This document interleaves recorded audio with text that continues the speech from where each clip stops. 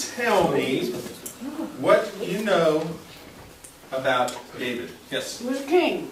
He was a king. Very good. King David was definitely a king. Ooh. Yes? He made many mistakes. He made many mistakes. Okay, very good. He was chosen. He was chosen. All right, chosen by who? God. Oh, okay. Oh, Yes, what do you guys know wow. about He him? is no longer alive. He's, yes, that is true. He That'd is be no longer creepy. alive. I'm imperfect. He was imperfect. Okay. His name's David. His name is David. That's right. Okay, so some of you've given me some great things that you know about David, and some of you have given me even a little bit more details about he was imperfect. Right? He did some things that weren't really good. Right? Do you know any stories about David? There was a story. Oh, yeah, say that again. David and Goliath. David and Goliath. King David, a lot of people don't know this. King David was the same David from the story of David and Goliath. Was David and Goliath before he was King David? That's an excellent question. I had that very question today, and Pastor Harold explained it to me. He was actually King David. He had been anointed King David before he fought Goliath. I didn't know that. I learned that became today. a soldier or something? Say that again? Then he became like a short, weak soldier or something? He was a soldier at one point in his life, yes. Wouldn't it be like after? Or like, I thought he was a soldier like When he fought. when he fought Goliath. Because that's what I always wondered. He was actually, you want to answer? Sure, he was anointed to be king while the other king was still alive, King Saul. So he was still anointed, kind of ready to go. He's kind of like the president-elect. He's not in office yet, but he's almost He there. was king, but And then, so when Saul died, then King David took over. So we're going to talk about King David and his life and how he lived his life and how he became king and then his life after he was king. But I want to talk about a few key words before we get going. So what's our first key word? What do you see up there? All right. So here's a definition for the word chosen. Who's going to read it for me? Ooh. Yes, Miss Miranda.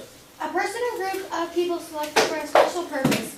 David was chosen by God to be a leader and to be the ancestor of Jesus. Perfect. So, to be chosen, a person or a group of people is selected for a special purpose. So when you choose something or someone, you're choosing that person or thing for a special purpose. And so our example when we talk about David, David was chosen by God to be a leader and to be the ancestor of Jesus. We're going to learn more about that in a little bit. But I want you to know that God specifically chose David. He had a reason for choosing David, right? And we're going to talk about how David was imperfect, like Miranda said. And we're going to talk about how David maybe made some bad choices, but God still chose him. And God used him, even though he didn't always make the best choices. All right? So that is one of our key words. Here's our next word.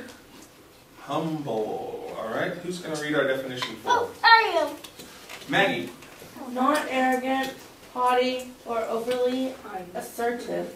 A low, unpretentious ranking, David was a humble shepherd when God called him to do great things. Okay, so that's a lot of big fancy words. Somebody give me their definition of the word humble. Yes, Eric. Not conceited. Not conceited, okay? Very good. Not conceited or not arrogant. Very good. Somebody else. Miranda. Nice. Nice, okay, sure. If you're humble, you're usually nice to people. Yes? I think it's kind of quiet. Kind of quiet, I okay. don't know. I'm just taking Not a guess. someone who does, I did this and I did that. So they don't brag about themselves, right? That goes along with not conceited or not arrogant or not, look at me, how great I am, I'm so wonderful, right? Yes, did you have another one? Kind. Kind, okay, yes. Humble people are usually kind people as well. So David, when God chose him to be king, David was a humble shepherd when God chose him to do great things. He was just an average person, right? A shepherd in these days, and even today, is not someone that you typically think of as being a great person or this person that's going to be a great king. They have humble characteristics about them. They're not proud, they're not arrogant, or they're not conceited, and they don't brag about themselves. They're humble people, right? And God chose this humble, imperfect person to do great things. One more key word that I want us to look at, and that is trust. All right, who's going to read our definition for trust? Yes, thank you, Caston. To rely on someone or something, to place confidence and dependence on someone. Because David trusted on God's word, guidance, and strength, and He was with the ability to lead the nation of Israel. Very good. So our definition here of trust is to rely on someone or something, to place confidence in and dependence on someone. So we talk about King David and how he was humble and how he was imperfect.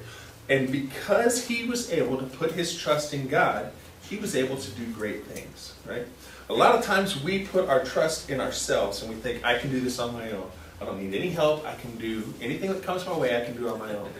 But we soon find out that we can only do great things when we put our trust in God. Right? Oh, hello.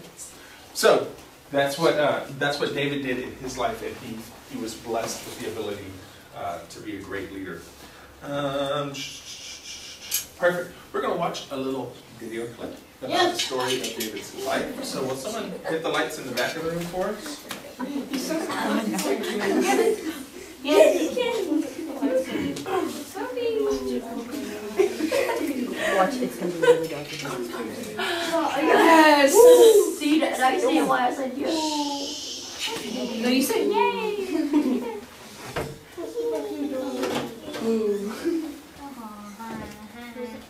This is the story of King David.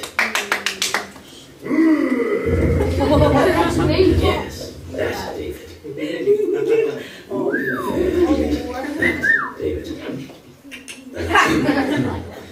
Our story begins with the prophet Samuel, who anointed Israel's first king, Saul. Don't remind me. In rather short order, King Saul began to ignore and even violate many of God's laws, as if he believed himself to be above the law. Ow! Only priests can offer sacrifices to the Lord, you twit. God said this whole king business was a bad idea.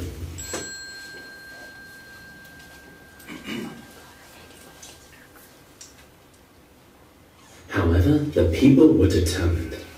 If Saul was not a good king, then a better one must be found. God sent Samuel to a prominent farmer named Jesse. Among Jesse's sons, Samuel would find the next king. Jesse had a lot of sons. Anyone else? Jesse hadn't even considered including his youngest son, David, a humble shepherd. But Okay, I get it.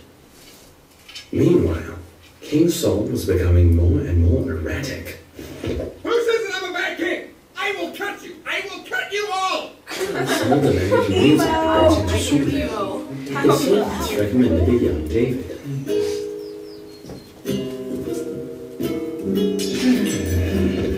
David was an accomplished composer and soon found favor with the entire court.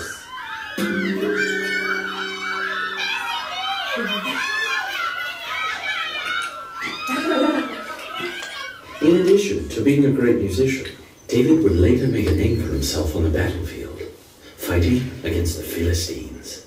The women have even been singing. Saul has killed his thousands, but David has killed his 10,000s.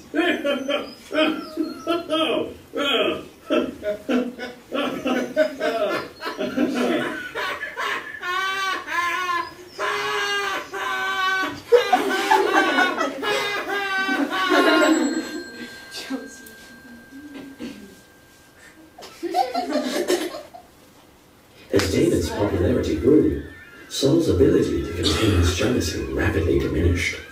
When Saul discovered that his son Jonathan had befriended David, Saul had a sudden lapse in judgment.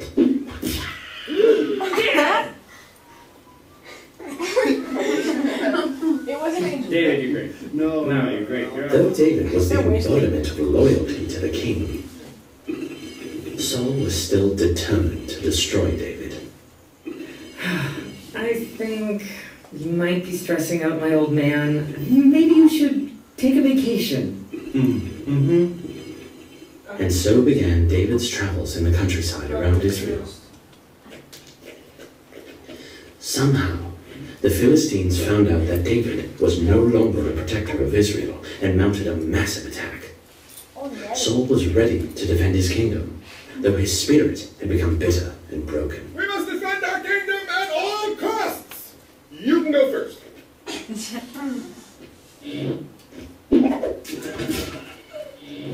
He's a little dead. Just a little. Oh, would somebody just kill me? You! Me? Kill me! What? No, Fine.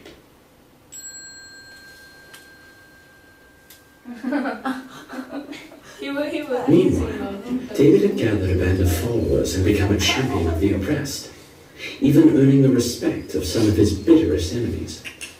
A man from Saul's camp arrived, bringing news of Saul's death. Despite the fact that Saul had repeatedly attempted to kill him, David was deeply saddened by this news. And I killed him. Now you can become king over all of Israel. It was apparent that this man was an opportunist and a liar. So instead of rewarding him, David ordered that he be killed for laying hands on God's anointed. David was unshakably loyal to his king. Wait a second. What was that about being king over all Israel? David was indeed proclaimed king of all Israel. He was an extremely popular king, even with other kings.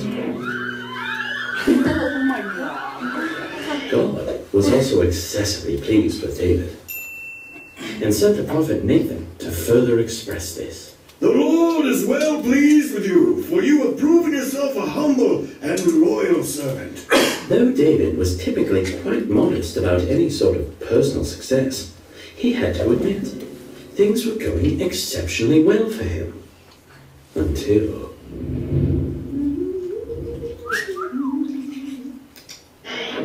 Who is that? Who's it? What? David was informed that the woman's name was Bathsheba. I know this story. Bathsheba, I just met a girl named Bathsheba, and suddenly I found how mad you go. Sorry. David was deeply moved by Bathsheba, which was quite problematic due to the fact that she was already married to a soldier named Uriah. However, in a moment of weakness, David chose to overlook this detail.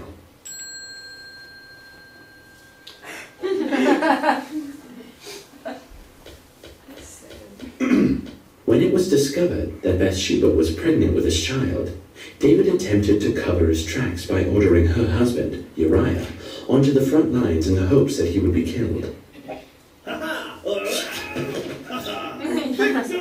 And indeed he was. David subsequently married Bathsheba. The Lord sent Nathan to announce the consequences of David's grievous sin.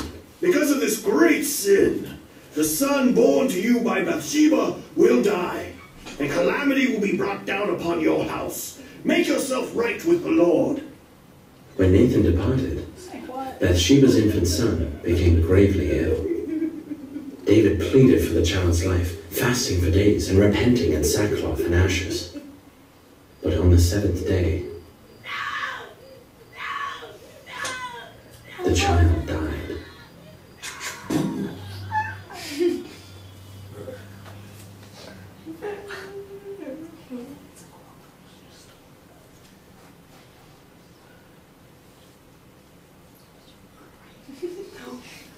The Lord forgave David and Bathsheba and blessed them with another son, Solomon.